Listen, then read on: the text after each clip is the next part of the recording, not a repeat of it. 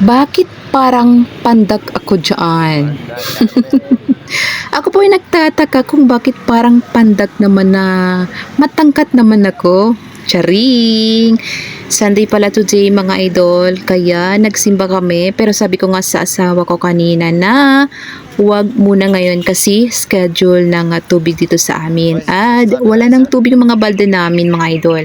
Pero sabi niya, saglit lang man at hindi naman talaga kami mag-attend yung buong mass mag-pray lang daw kami. So, ayun, sabi ko, sige.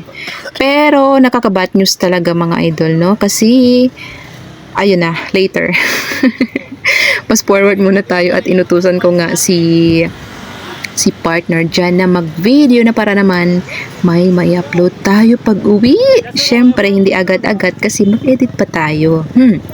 Bilang tinatawag nilang vlogger or content creator, kailangan natin may upload tayo araw-araw at huwag mag-absent para lagi kang active, no? At mapapansin ka talaga ni algorithm. Ganun na talaga. So, yun, binidyo niya. Si Dada pala ang videographer natin for today. Diba? Ang saya-saya ni Lala paggala.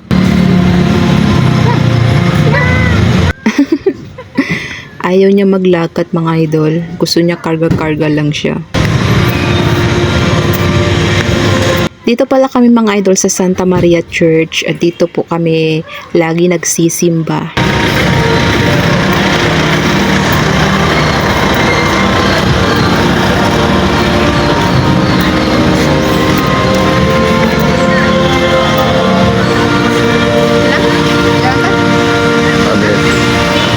Dentro, mira gente.